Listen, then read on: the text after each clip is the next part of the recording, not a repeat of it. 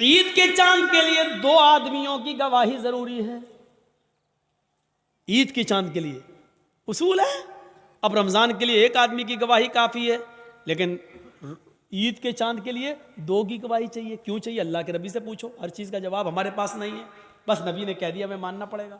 ईद की चांद के लिए 2 आदमी की गवाही चाहिए है? लेकिन जब रमजान में 1 आदमी की गवाही आप मानेंगे या ईद के चांद के लिए 2 आदमी की गवाही मानेंगे, तो उस वक्त भी देखा जाएगा ये 1 आदमी जो रोजे की गवाही दे रहा है ये 5 वक्त का नमाजी है या नहीं है। अगर 5 वक्त का नमाजी है, बाशरा है, समाज में इसको झूठा नहीं कहा जाता है, इसकी बात मानी जाती है, दीनदार है, नमाजी है, तो उसकी बात मानी जाएगी। नमाज रोजे का पाबंद नहीं है, जुमे तक की नमाज नहीं पढ़ता है और ऐसा आदमी गवाही दे रहा है, तो उसकी गवाही भी, चाहे वो कितना भी सच बोल रहा हो, उसकी गवाही भी उसकी जेब में घुसेड़ दी जाएगी, भाग, नहीं तस्लीम की जाएगी। रोजे का चांद 1 आदमी की गवाही है, और 1 आदमी अगर नहीं देखता चांद, लेकिन एक औरत चांद देखती है, तो 1 औरत की गवाही नहीं मानी जाएगी। 2 औरतों की गवाही 1 मर्द के बराबर है। लिहाजा औरतें 2 होना चाहिए, आदमी 1 आदमी अगर कह दे बाशरा हो कि मैंने रोजे का चांद देखा है रमजान का, तो रोजा रखा जाएगा। लेकिन 1 औरत, चाहे वो कितनी भी नेक हो, दीनदार हो, नमाजी हो, तहज्जुद गुजार हो, लेकिन 1 औरत अगर चांद की गवाही देती है तो उसकी बात नहीं मानी जाएगी। 2 औरतें होना चाहिए। ऐसे ही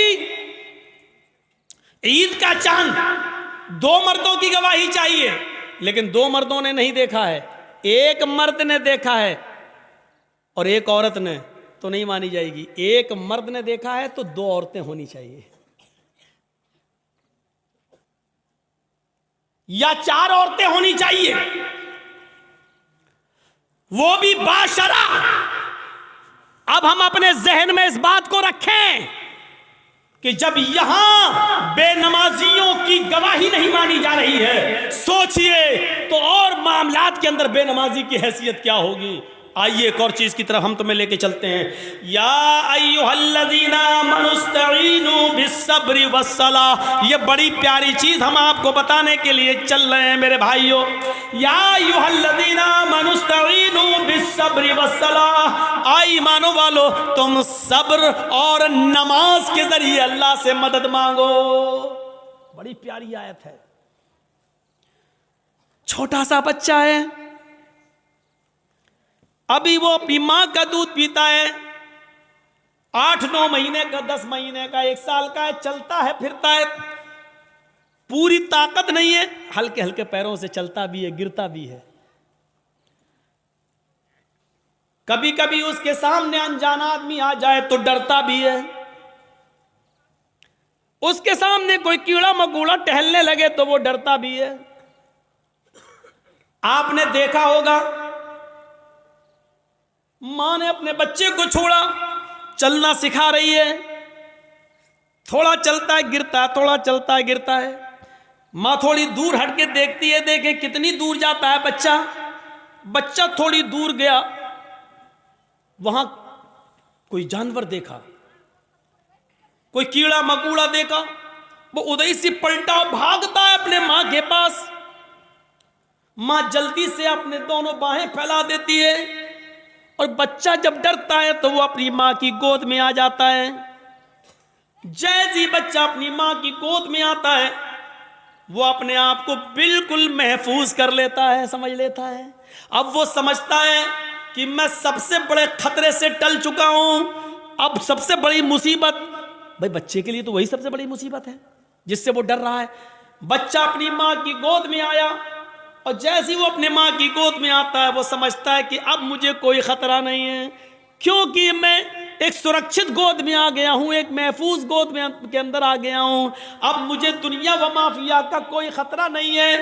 बच्चा अपनी मां की गोद में आ जाता है तो वो दुनिया के बड़े से बड़े खतरे से अपने आप को महफूज समझ लेता है। कुरान यही फरमा रहा है, लोगों नमाज ये मां की गोद है, तुम्हारे लिए बड़े से बड़े खतरे जब तुम्हारे सामने आए, बड़ी से बड़ी मुसीबतें जब तुम्हारे सामने आए, बड़े से बड़े खौफनाक मरहले जब तुम्हारे सामने आए, तो तुम नमाज की आगोश में आ जाओ, नमाज की गोद में आ जाओ। जब तुम मस्जिद में आ जाओगे, नमाज की आगोश में आ जाओगे, तो तुम उस खतरे से महफूज हो गए।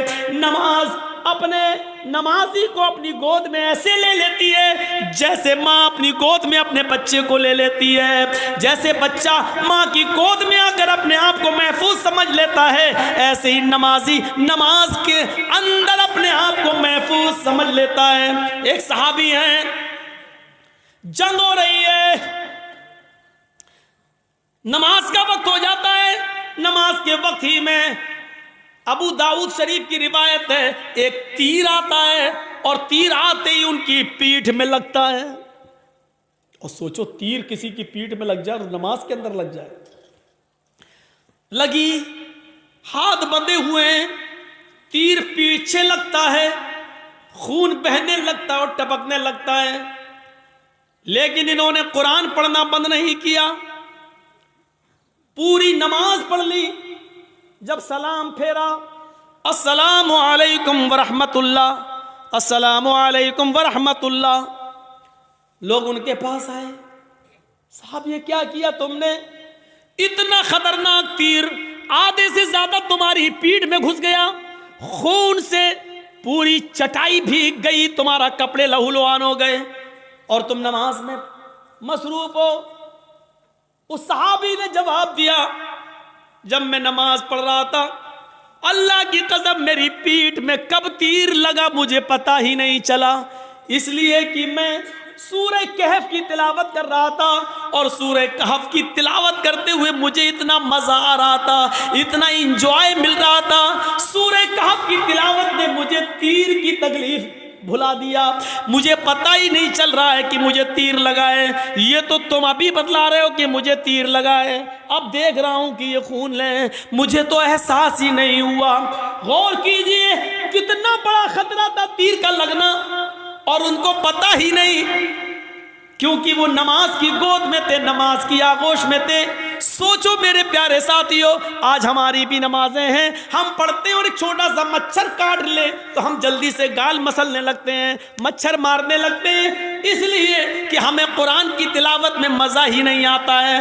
वो कह रहे हैं कि हम ऐसे सूरह कहफ पढ़ रहे थे, सूरह कहफ की तिलावत में मुझे इतना मजा आ रहा था, इतना एंजॉय आ रहा था कि मुझे पता ही नहीं चला कि मुझे कब तीर लगा। या अय्युहल्लज़ीना आमनुस्तईनु बिस्सब्रि वस्सलाह, ईमानो वालो तुम सब्र और नमाज के जरिए अल्लाह से मदद मांगो, सब्र और नमाज के जरिए अल्लाह से मदद मांगो। सब्र और नमाज के जरिए सब्र करो और नमाज आगोश में आ जाओ नमाज के। और जब तुम मांगो तो अल्लाह, जब नमाज पढ़ोगे तो अल्लाह तुम्हारी सब सुनेगा। हाँ, ऐसा भी हो सकता है कि नमाज के बाद तुम कुछ मांग रहे हो और अल्लाह नहीं दे रहा है, ये हो सकता है, तो इसमें घबराना नहीं चाहिए। नमाज भी पढ़ रहे हो, दुआ भी मांग रहे हो, या रब्बी या रब्बी या रब्बी, अल्लाह मुझे ये दे, मुझे ये दे, मुझे ये दे, लेकिन नहीं मिल रहा है, इसका ये मतलब नहीं कि आपकी नमाजें कबूल नहीं हो रही, इसका ये भी मतलब नहीं कि अल्लाह आपसे नाराज है। कभी ऐसा मत सोचना। नहीं दे रहा है तो वो जानता है कि क्यों नहीं दे रहा है, उसकी मर्जी है, उसी में भलाई हो सकती है। हमारा एक छोटा सा बच्चा है, उसको निमोनिया हो गया है, एक मिसाल दे रहा हूं, आपका एक छोटा सा बच्चा है, उसको निमोनिया हो गया है, नाक बह रही है, बुखार में तड़प रहा है, बार बार उसको प्यास भी लग रही है, डॉक्टर ने दवा दी है, ठंडी चीजों से मना किया है। जब आप उस बच्चे को लेकर दवा लेकर आ रहे हैं तो रास्ते में बर्फ बेचने वाला, आइसक्रीम बेचने वाला आइसक्रीम बेच रहा है और आपका बच्चा आइसक्रीम की जिद कर रहा है, पापा मुझे आइसक्रीम चाहिए, पापा मुझे आइसक्रीम चाहिए, डैड मुझे आइसक्रीम चाहिए, अब्बू मुझे आइसक्रीम चाहिए। मुझे ईमानदारी के साथ बताइए, आपका बच्चा बुखार की हालत में, निमोनिया की पोजीशन में आइसक्रीम मांग रहा है, क्या आप उसको आइसक्रीम दिलाएंगे? क्या आप उसको आइसक्रीम खिलाना पसंद करेंगे? नहीं, क्योंकि आप जानते हैं कि इस वक्त इसकी अगर मुराद मैंने पूरी कर दी तो मेरा बच्चा और ज्यादा बीमार हो जाएगा। आप उसके 1000 जिद करने के बावजूद आप उसको आइसक्रीम नहीं देंगे, जबकि आपको बुरा लग रहा है कि मेरा बच्चा बेचारा मांग रहा है। आप नहीं चाहते कि उसकी तमन्ना पूरी ना हो, आप चाहते हैं कि दिलाएं, लेकिन उसकी बीमारी बतला रही है आइसक्रीम उसके लिए नुकसानदेह है। आप बाप होते हुए भी अपने बच्चे को आइसक्रीम नहीं दिलाएंगे, क्योंकि ये आप जानते हैं कि मेरे बच्चे के लिए क्या अच्छा है क्या बुरा है। आप कहिए अल्लाह मुझे ये दे, मुझे ये दे, मुझे ये दे, और नहीं मिल रहा है तो नाराज मत होइए, क्योंकि आपका रब जानता है आपको क्या देना है और क्या नहीं देना है। वो क्यों नहीं दे रहा है आपको, इस पे अल्लाह ताला से शिकवा मत करिए, शिकायत मत कीजिए। हो सकता है उसका न देने में ही भलाई हो जो चीज आप मांग रहे हो।